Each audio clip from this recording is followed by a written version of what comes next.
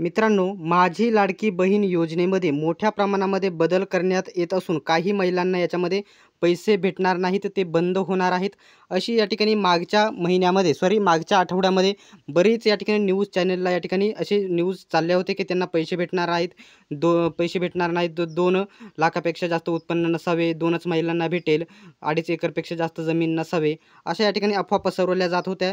तर त्याच्यानंतर एकात्मिक बाल विकास सेवा योजना पुणे अंतर्गत येथे परिपत्रक त्यांनी नक्की खरं काय आहे असे स्पष्ट केलेले आहे दिनांक 10/12/2024.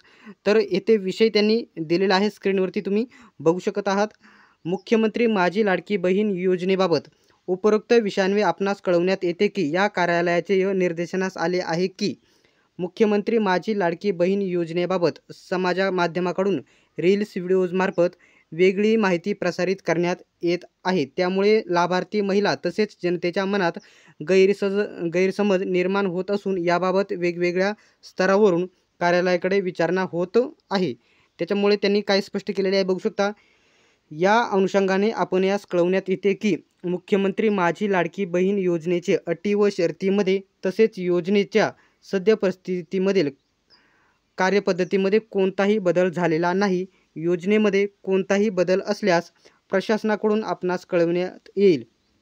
सदर योजनेसंदर्भात चुकीच्या बातम्यांमुळे लाभार्थी व जनतेच्या मनात कोणताही गैरसमज निर्माण होऊ नये याकरिता आपण आपल्या स्तरावरून तसेच अंगणवाडी सेवकांमार्फत या योजनेची सद्यस्थिती लाभार्थी व जनतेच्या निर्देशनास आणून द्यावी असं त्यांनी म्हटलेलं आहे.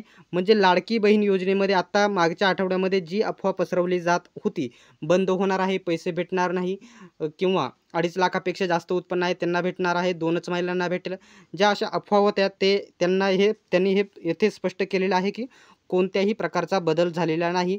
तर अशाच प्रकारच्या अपडेटसाठी आपल्या चॅनलला सबस्क्राईब करून घ्या, सोबतच बेल आयकॉनलाही ऑन करा. सर्वांनी व्हिडिओ शेवटपर्यंत बघितल्याबद्दल धन्यवाद. भेटूया पुढच्या व्हिडिओमध्ये.